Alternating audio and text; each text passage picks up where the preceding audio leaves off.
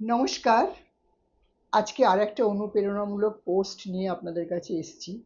এই গল্পটা মন দিয়ে শুনুন।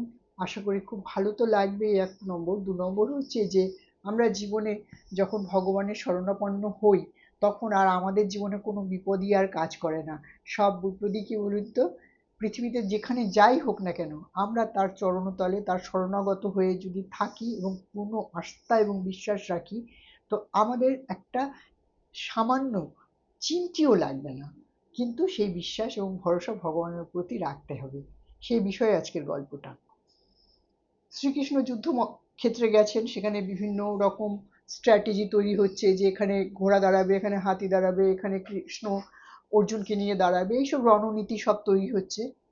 এইরকম সময় একটি চড়াই আসে। তার ৪টি ছানা হয়েছে। সে কৃষ্ণকে বলে, হে ভগবান, আমি আপনার কাছে জোর হাতে একটা আর্জি জানাচ্ছি। আমার ছানারা এখনো উঠতে শেখেনি, খুবই ছোট তারা।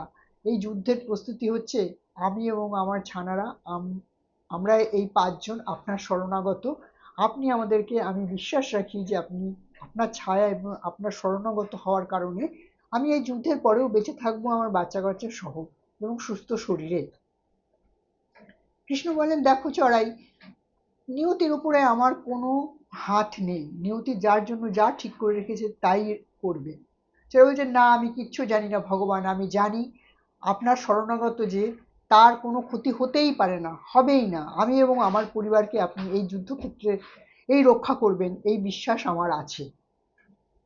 যাই হোক, অর্জুন এবং শ্রীকৃষ্ণ দুজনেই ওখান থেকে চলে যায়। সেরকম কোনো আশ্বাস চড়াইকে দেয় না এবং অর্জুনও কথাটা ভুলে যায়। যেদিন যুদ্ধ স্টার্ট হয় সেদিন যুদ্ধের সময় হঠাৎ করে শ্রীকৃষ্ণ অর্জুনকে বলে যে, তুমি তোমার বাণ, মানে ধনুকটা আমার হাতে দাও। তো শ্রীকৃষ্ণকে তখন অর্জুন বলেন, আপনি তো ভগবান ঠিক করেছিলেন যে এই যুদ্ধে আপনি অস্ত্র তুলবেন না, তাহলে আপনি অস্ত্র কেন চাইছেন, ধনুক কেন চাইছেন? বলছে, তুমি দাও না। নিয়েছেন। নেয়ার পর শ্রীকৃষ্ণ একটি হাতির দিকে তাক করে সেখানে ধনুক চালায়। চালাবার পরে ঘন্টাটা, হাতির গলায় বিশাল বড় একটা ঘন্টা, সেই ঘন্টাটা পড়ে যায়।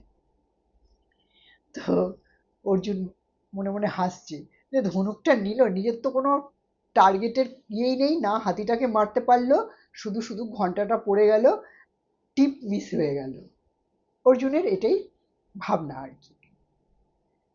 তো যাই হোক, যুদ্ধ টুদ্ধ হলো, বা যুদ্ধ যখন শেষ হয়েছে, শেষের দিন যখন পুরো যুদ্ধক্ষেত্র নোংরায়, মানুষের রক্তে রক্তাক্ত, বিভিন্ন জায়গায় কোথাও হাতি মরে আছে, কখনো কোথাও ঘোড়া মরে আছে, কোথাও মানুষ মরে পড়ে আছে, কোথাও বিভিন্ন রকম মানে যুদ্ধের জন্য যেসব জিনিসপত্র রাখে সেইগুলো পড়ে আছে, এইগুলোর মধ্যে যখন রয়েছে, তখন শ্রীকৃষ্ণ ওখান থেকে মানে আবার পরিদর্শন করছে যে কোথায় কেউ মানে আহত হয়ে বেঁচে আছে কিনা, তাহলে তাদের সেবা শুশ্রূষা করা হবে, এইসব চিন্তা ভাবনা করে যুদ্ধক্ষেত্রের মধ্যে চলছে। চলতে চলতে একটা সময় অর্জুনকে শ্রীকৃষ্ণ বলেন, এই তুমি ওই ঘন্টাটা ওখান থেকে সরাও তো, ওঠাও, ঘন্টাটা সরিয়ে পাশে রাখো। তো অর্জুন খুব অবাক হয়ে যায়, বলছে, এত কিছু থাকতে ওই ঘন্টাটাই কেন সরাতে বলছে? আগের দিন তখন ওর মনে পড়েছে যে ওই ঘন্টাটা উনি ধনুক দিয়ে গিয়ের গলা থেকে, হাতির গলা থেকে বিচ্যুত করেছিল। আজকে আবার বলছে যে ঘন্টাটাকে সরাতে। কি ব্যাপার কি জানি। যাই হোক, যখন বলছেন শ্রীকৃষ্ণ, তখন তো ওনাকে শুনতেই হবে। ঘন্টাটা যেই সরিয়েছে, ওখান থেকে ফুরুত করে ৪টে বাচ্চা চড়াই বেরিয়েছে, বেরিয়ে উড়ে শ্রীকৃষ্ণকে নমস্কার করে চলে গেছে।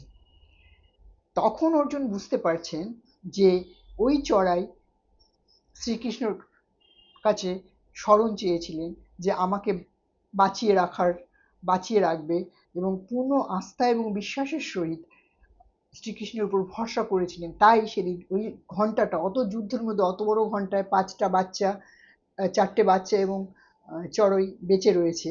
সেই ঘন্টাটা গলা থেকে পড়ে যাওয়ার যে আসল কারণটা তখন ও বুঝতে পারল। আমরা এই গল্প থেকে কি শিক্ষা পাই? আমরা এই গল্প থেকে এই শিক্ষা পাই, যদি আমরা ভগবানের উপর পূর্ণ আস্থা রাখি এবং বিশ্বাস রাখি, তাহলে ওই ঘন্টার মতো কোনো না কোনো বর্ম আমাদেরকে ঘিরে থাকবে। সে যতই যুদ্ধ হোক, যতই যেখানে যাই হোক, আমরা তার যদি স্মরণে থাকি পূর্ণ আস্থা নিয়ে, তো কোনো কিছুই আমাদের গায়ে লাগবে না। ভালো থাকবেন। আবার একটা অন্য ভিডিও নিয়ে আসবো, আবার একটা অনুপ্রেরণামূলক পোস্ট যদি আমার মন মতো হয় বন্ধুদের সাথে শেয়ার করার, নিশ্চয়ই করব। আজ এখানেই আসছি।